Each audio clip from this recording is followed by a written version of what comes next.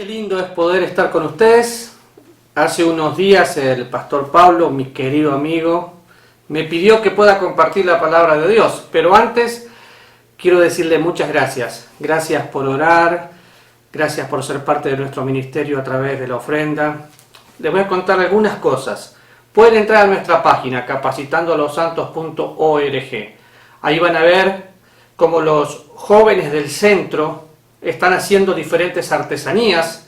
Salimos a la calle a intentar vender esas artesanías para poder tener un poco más de ingresos.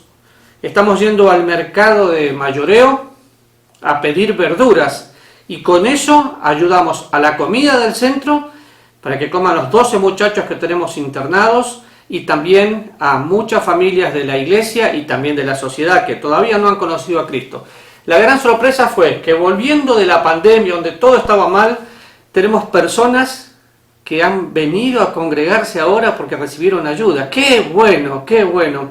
Ahora, ustedes han orado y nos han ayudado económicamente durante muchos años. Entonces ustedes son parte de lo que estamos haciendo. Tenemos el centro para muchachos que se están rehabilitando de las drogas. Gracias por ser parte de eso. Tenemos el centro de capacitación teológica. Ahora lo voy a comenzar virtual. Tenemos una clase presencial y algunas clases por Zoom, pero gracias por ser parte de eso. Nuestro trabajo social en la comunidad, muy bueno. Y yo creo que sin sus oraciones no podríamos hacer nada.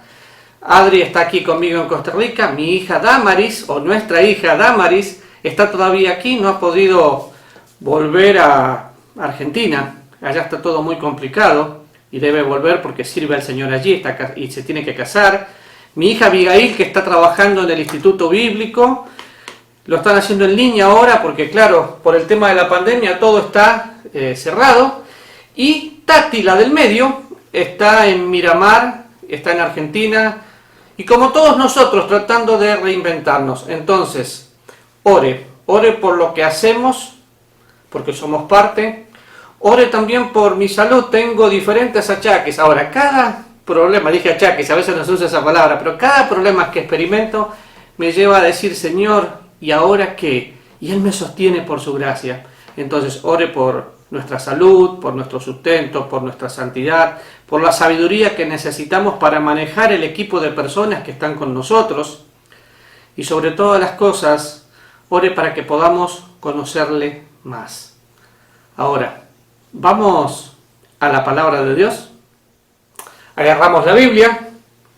Vaya conmigo al libro de Filipenses. De hecho, yo tengo acá 2 Biblias porque quiero compartir algo que encontré. Y pensemos en este año que estamos comenzando, el año 2021. Y yo dije en broma el otro día, no sé si usted ve el programa 6 Minutos de Gracia. Sale todos los martes por Facebook y por el canal de YouTube.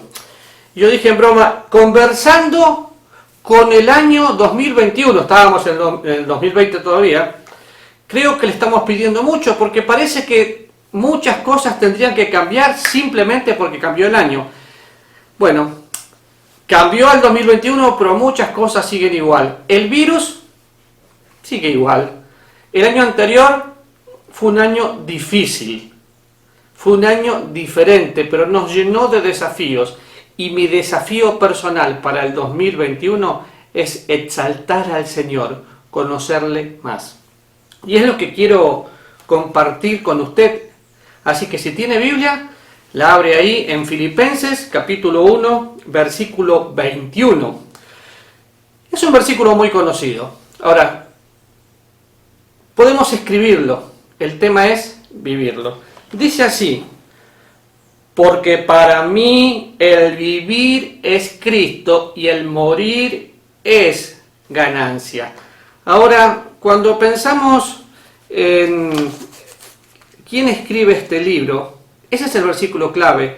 Lo escribe el apóstol Pablo. El apóstol Pablo, que en un momento era un perseguidor de la iglesia y se transformó en un predicador del evangelio. El predicador a los gentiles, el predicador de la gracia de Dios, y que lo que está poniendo aquí es Para mí, el vivir es estar en Cristo. Y el morir es disfrutar el cielo. Y es mucho mejor. ¿Se dio cuenta que mucha gente tiene miedo a morir? Bueno, yo creo que los que tienen miedo a morir no se dan cuenta que el cielo es mucho mejor. Ahora, yo le quiero leer algo que está en la Biblia de profecías del Dr. Tim LaHaye. Dice así: el cielo es la realidad de que algún día escaparemos del control de nuestro adversario y de los fuertes golpes de nuestro mundo caído, e iremos a un lugar mucho mejor, mucho mejor, mucho mejor. Y el doctor C.S. Lewis dice en el libro: si no fuera por el cielo, la vida solo sería eso. Siempre sería un invierno boreal, nunca Navidad. El cielo es la inevitable realidad futura, la cual no solo nos da algo por qué vivir, sino que también algo hacia lo cual aspirar en medio de esta realidad terrenal. ¿Aspira al cielo? ¿Se acuerda cómo termina el apóstol Juan? ¡Ven, Señor Jesús! Y esa tendría que ser nuestra oración. Pero vamos al libro de Filipenses a ver algunas cosas, solamente para que usted se acuerde. Más o menos fue escrito entre el año 60 y 62, lo escribe Pablo, tiene un 10% de profecías. Si queremos ver cómo comienza Filipenses, bueno, tendríamos que ir a Hechos capítulo 16 y vemos todo el comienzo. Pero es un libro que rebosa gozo y que exalta al Señor. ¿Por qué? Porque Pablo estaba sufriendo. Acá en este momento Pablo había sufrido y estaba escribiendo este libro desde la cárcel. Es una epístola de Pablo o una carta de Pablo, pero de las que escribe en el momento que está en la cárcel. Y tiene muchas cosas interesantes. Cuando empieza dice: siempre en todas mis oraciones rogando con gozo por todos vosotros. Gozo, gozo, gozo lo va a encontrar siempre. ¿Pablo rogaba con gozo por ellos? Claro que sí. Ahora acuérdense que Pablo había sido metido preso, azotado de diferentes maneras, pero pensando, para mí el vivir es estar en Cristo, de modo que si alguno está en Cristo, nueva criatura es. Estar en Cristo. Estar en Cristo es haber nacido de nuevo.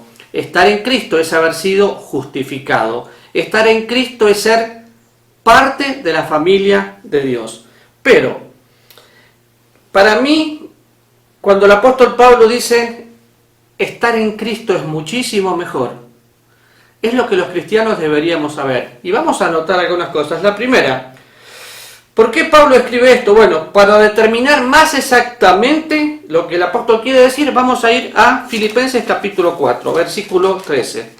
También un versículo muy conocido por nosotros.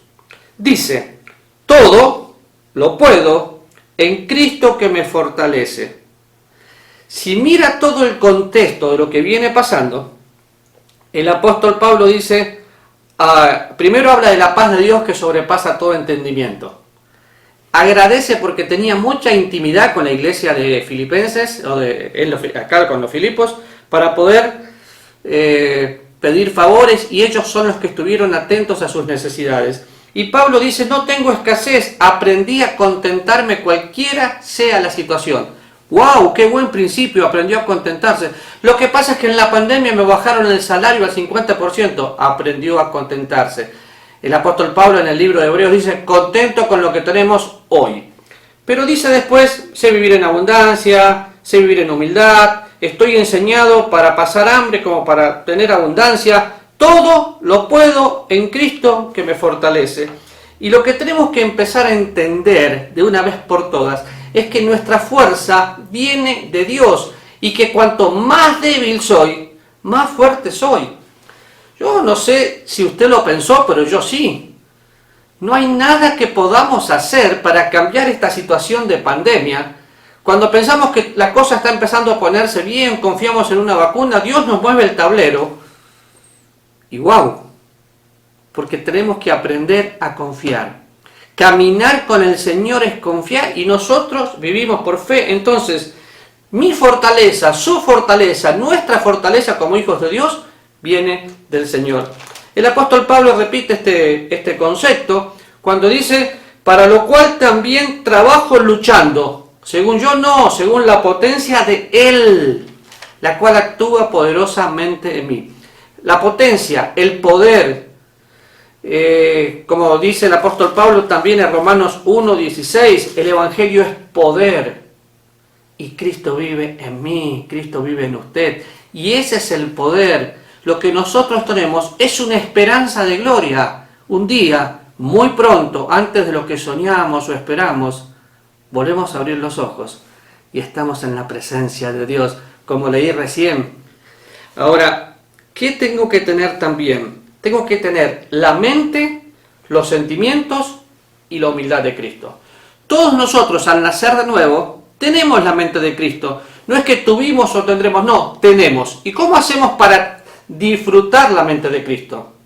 La palabra de Dios mora en abundancia en mi vida, le conozco y me voy llenando de Él. Acuérdese conmigo que la morada del Espíritu Santo es una obra de Dios. Dios vive en mi vida y yo tengo que aceptarlo. Pero la llenura es una decisión diaria.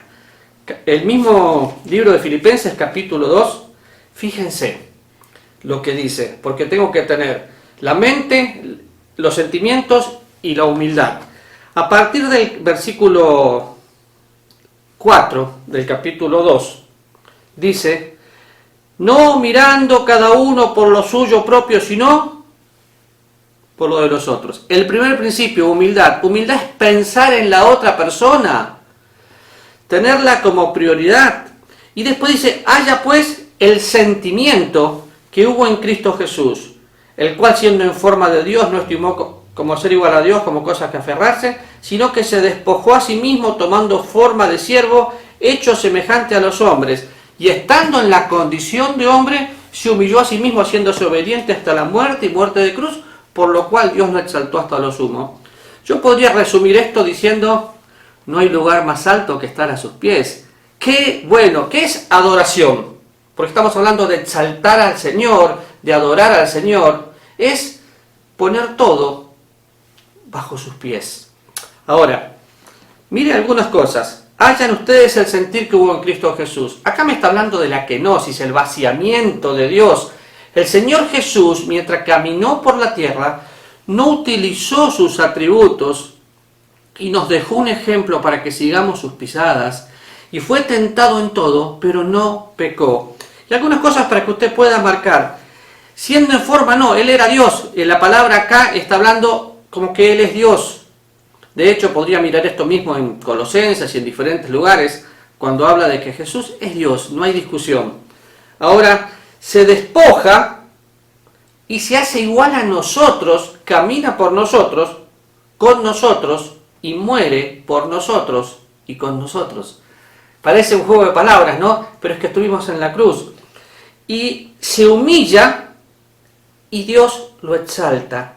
Y un día toda lengua confesará. Acá no está hablando de una salvación universal, pero sí me está diciendo que en el capítulo 20 de Apocalipsis, cuando me habla del juicio del gran trono blanco, todo el mundo va a tener que confesar que Jesús es el Señor.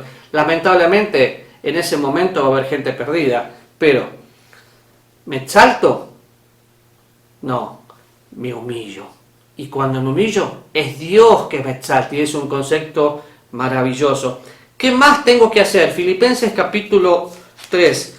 Conocer a Dios por medio de un conocimiento experimental. Valga la redundancia, conocer.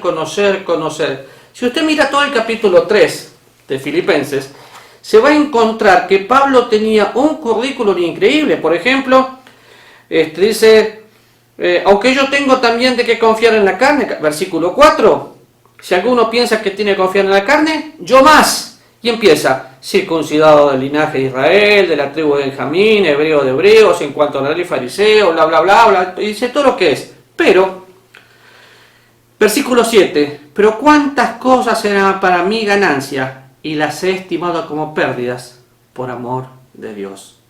Ciertamente aún estimo todas las cosas como pérdida por la excelencia del conocimiento de Cristo Jesús mi Señor, por amor, márquelo 2 veces, lo he perdido todo y lo tengo por basura para ganar a Cristo y ser hallado en Él, no teniendo mi propia justicia que es por la ley, sino la que es por la fe de Cristo, la justicia de Dios que es por la fe, a fin de conocerle y experimentar el poder de su resurrección. Y acá me está hablando de permanecer en Él y que Él sea mi prioridad, dejar todo y exaltar al Señor. Fíjense, quiero leer para usted una definición de adorar. Dice así: adorar es olvidarse de los propios deseos, necesidades, inquietudes y sumar nuestro río personal al gran océano de alabanza y adoración que por siempre rodea a la persona de nuestro Señor Jesucristo. Adorar es olvidarme de mis propios deseos. Es lo que Pablo está diciendo acá. Todo lo tengo por basura para ser hallado en Él. Y no es mi justicia. Somos revestidos de la justicia, declarados justos. Toda esta semana en nuestras redes sociales hablamos y seguiremos hablando de lo que es la justificación. Pero la justificación es la obra de Dios. Cuando Dios toma su justicia, la justicia de Dios, de Cristo, es imputada a nosotros y nuestro pecado es perdonado y somos revestidos de su justicia, cubiertos de su justicia, como dice el versículo 9, no teniendo mi propia justicia, pero para eso tengo que permanecer en intimidad con Dios, permanecer identificándome con el Señor. El mundo tiene que saber que somos de Él. Pero qué interesante, pasamos muchos problemas, muchas cosas para quejarnos, pero tenemos que tener gozo. Y a veces pienso, tenemos el gozo. ¿Se acuerda que el gozo es un regalo de Dios? ¿Por qué? Es el fruto del Espíritu Santo. Y me gozo aún en las tribulaciones. Romanos capítulo 5.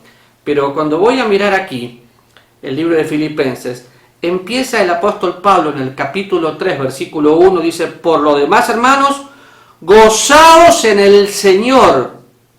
Y voy al capítulo 4, donde habla Pablo de una división que había ahí, y después dice: gozaos en el Señor siempre. Otra vez digo, regocijaos. ¿Y cuál es el secreto? Lo que viene después: vuestra gentileza sea conocida delante de todos los hombres, por nada estéis afanosos. ¿Cómo logro estar gozoso? Bueno, si está enfermo, agradezca a Dios. Si está sin trabajo, agradezca a Dios. ¿Cómo voy a agradecer a Dios, Raúl, si lo que me está pasando? Bueno, la gratitud es una actitud que agrada a Dios. Usted necesita agradecer a Dios y va a quedar libre y va a disfrutar la paz de Dios que sobrepasa todo entendimiento. Entonces, tienes que disfrutar el gozo. El gozo de Dios es nuestra fortaleza y podría pasar toda la tarde hablando de lo que es el gozo de Dios. Pero ¿saben cuándo yo disfruto ese gozo? Cuando hago lo que acabo de leer. Adorar es olvidarme de mis propios deseos. Y me tengo que gozar en el Señor, pero también tengo que vivir para su gloria. Vaya conmigo, por favor, a 2 Corintios, capítulo 5. Un pasaje que me desafía muchísimo. Capítulo 5, versículo 15. Hablando de Cristo. ¿Me deja leer el 14 primero? Porque el amor de Cristo nos constriñe, pensando esto, que si uno murió por todos, luego todos murieron. Y por todos murió, para que los que viven ya no vivan para sí, sino para aquel que murió y resucitó. ¡Wow! Y si va al libro de los Hechos, dice que en Él nos movemos, en Él somos, en Él vivimos. Pero el amor de Cristo. ¿Se acuerda que en el capítulo 3 de Filipenses 4 veces repetía por amor, por amor, por amor? Bueno, acá, el amor de Cristo hace que yo pueda sentir algo especial.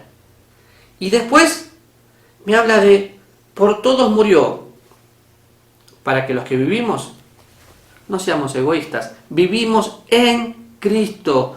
Todo lo que hacemos es con Él, por Él y para Él. A Él sea la gloria. Ahora, a veces pensamos en adorar. Bueno, ¿a quién voy a adorar?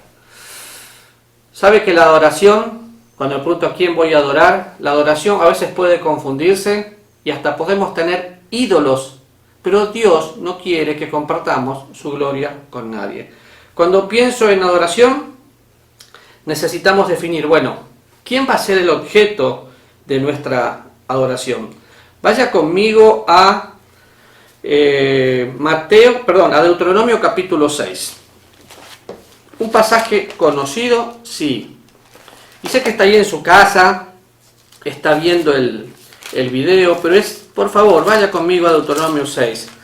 Y fíjese que lo mismo que pide Dios al pueblo de Israel, después nos pide a nosotros.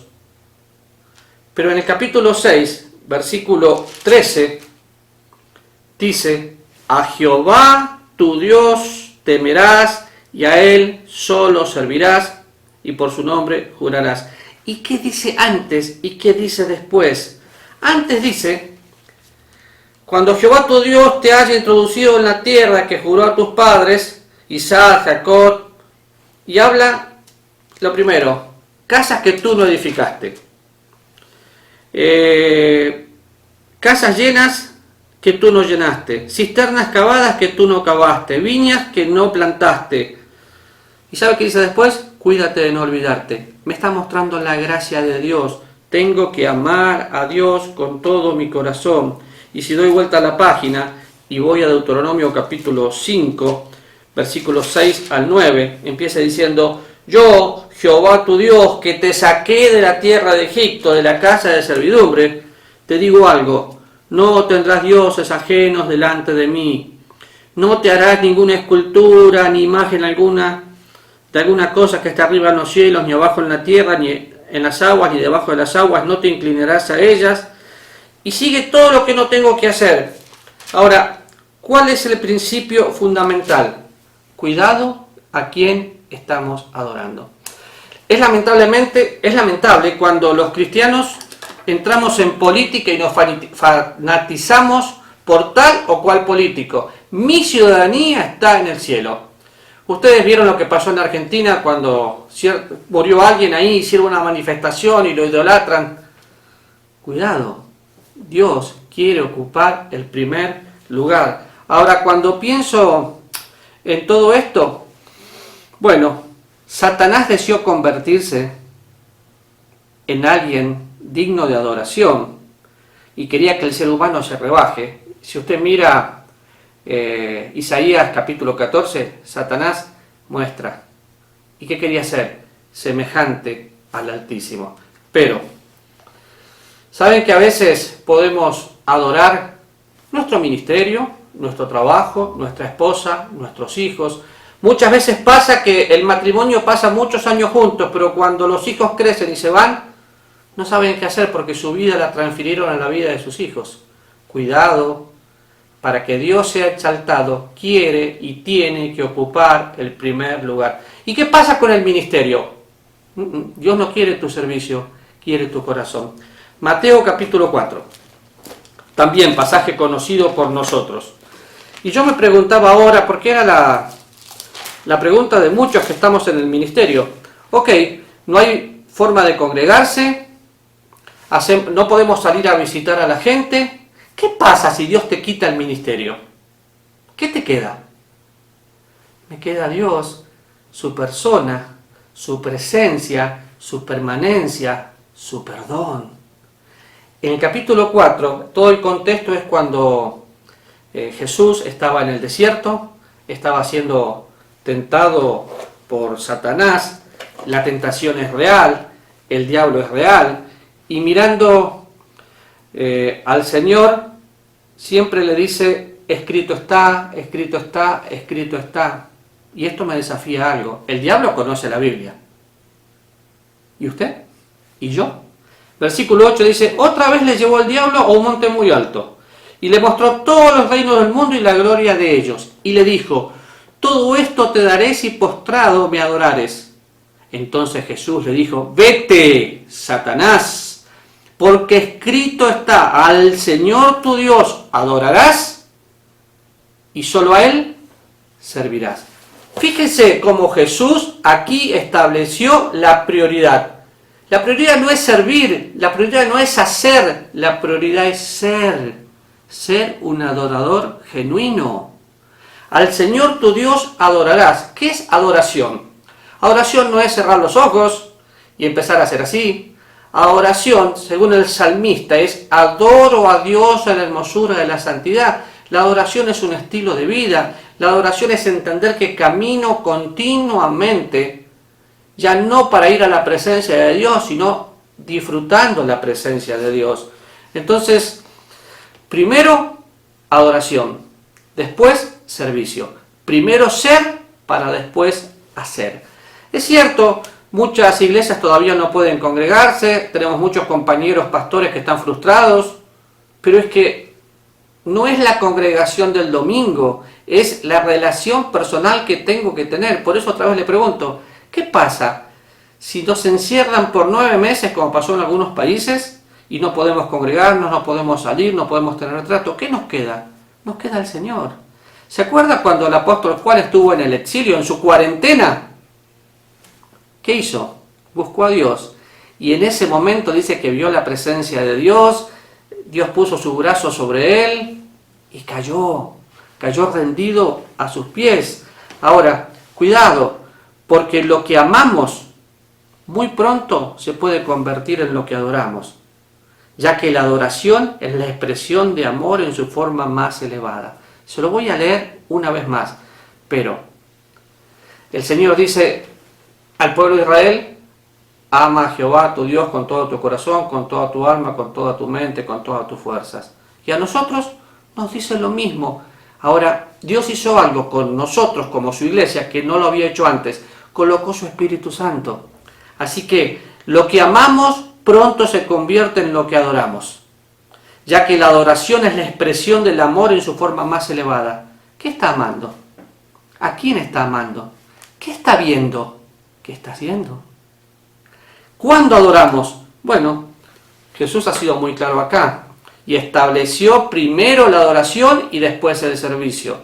Primero la adoración y después el trabajo. Usted no puede salir de su casa sin leer su Biblia, sin tener intimidad con Dios, porque la adoración siempre me va a llevar a servir.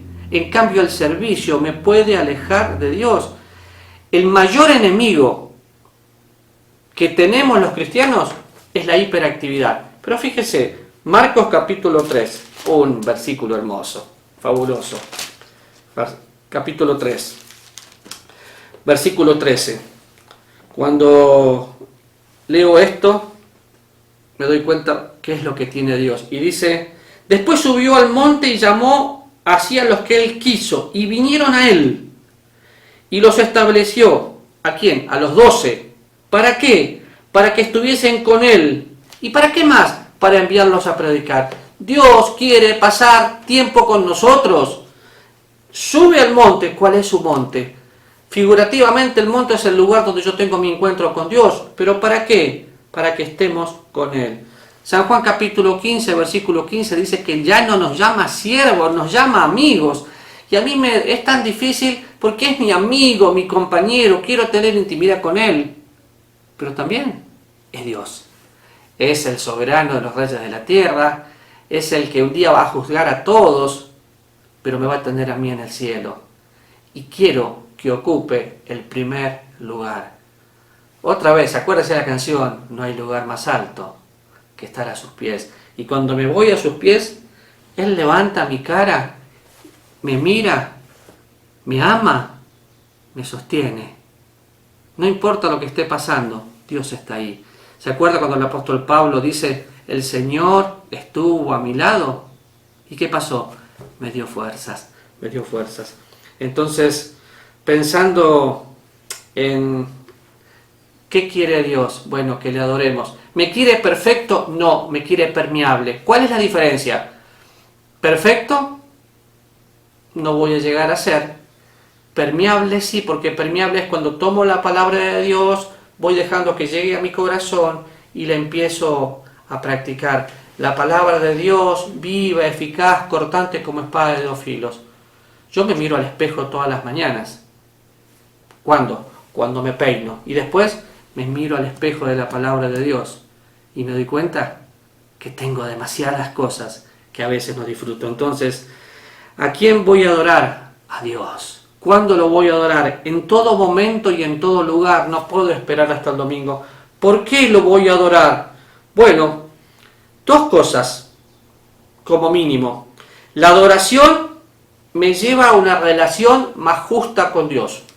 Yo ya soy justificado por la fe, fui declarado justo, pero cuando le adoro me rindo para que Él haga sus planes. En este momento hemos aprendido que no hay plan que podamos hacer. Ningún tipo de plan. ¿Por qué? Porque estamos en la incertidumbre y vivimos la certidumbre de fe. Parece dos palabras opuestas, sí. Hay incertidumbre, pero tenemos la certeza, la certidumbre de nuestra fe, de nuestra confianza en Dios. Y la adoración nos lleva a vernos a nosotros mismos de una manera diferente. Porque si me miro como soy, oh Señor, ¿se acuerda Isaías? Mis labios tocaron cosas inmundas y Isaías se asustó por la presencia de Dios. Nosotros tenemos que mirar la presencia de Dios y decir, Señor, caigo rendido a tus pies. Acá estoy, haz lo que quieras. Y cuando pensamos en la adoración, el Señor dice que busca adoradores que le adoren en espíritu y en verdad. San Juan capítulo 4. O sea, la adoración en espíritu y en verdad, en palabras simples, una adoración genuina. Y viene a mi mente la señora que era buscando ayuda y clamaba y clamaba y clamaba. ¿Qué pasó? La señora le decía, Señor, hasta las migajas necesito. Y Dios atendió. Yo creo que llegó el momento y estamos en el 2021 y no sabemos lo que va a pasar, que tenemos que rendirnos y caer a sus pies y entender lo que le acabo de leer y se lo voy a volver a leer. Adorar es olvidarse de los propios deseos, necesidades e inquietudes. Olvidarse de mis propios deseos, necesidades e inquietudes. Y por siempre decir, Señor, te toca. Yo quiero terminar este tiempo y tal vez fui muy largo, disculpen, pero yo quería compartir esto. Quiero terminar este tiempo diciéndole dos cosas que dice la Biblia. La primera está en 2 Pedro y dice que nos dio preciosas y grandísimas promesas para que por ellas llegamos a ser participantes de la naturaleza divina. ¿Sí? Participantes de la naturaleza divina. Vamos compartiendo todo con Dios. Y sé que estamos pasando un momento difícil. Y sé que no sabemos lo que va a pasar mañana, pero sé lo que dice Dios. Mas el Dios de toda gracia, que nos llamó a su gloria eterna en Jesucristo, después que hayáis padecido un poco de tiempo, el mismo perfeccione, afirma, fortalece y establece. A Él sea la gloria. Eso es lo que Dios va a hacer. En este tiempo y en este momento de la incertidumbre, tenemos la certeza de nuestra fe. Yo necesito preguntarle, ¿tiene fe o en el autor de la fe? ¿Nació de nuevo? Nacer de nuevo es la prioridad para poder vivir la vida cristiana. Si no nació de nuevo, si no tiene la seguridad que si en este momento muere, va a la presencia de Dios, por favor comuníquese con nosotros, con el pastor Pablo, conmigo, con alguien que la pueda guiar a los pies del Salvador. Si ya nació de nuevo, participante de la naturaleza divina, padeciendo un poco de tiempo, pero disfrutando al Señor. Qué bueno, adoramos. ¿A quién adoramos? Al Señor. ¿Quién ocupa el primer lugar en su vida? Padre, gracias, porque me enseñás que tengo que amarte con todo mi corazón, con toda mi mente, con todas mis fuerzas, y pusiste tu Espíritu Santo en mí. Y te agradezco por cada uno de mis hermanos que están mirando este video. Te agradezco por tu iglesia y por tu gracia. Rogamos, Señor, que hagas tu obra en nosotros. En el nombre de Jesús. Amén. Amén. Muchas gracias.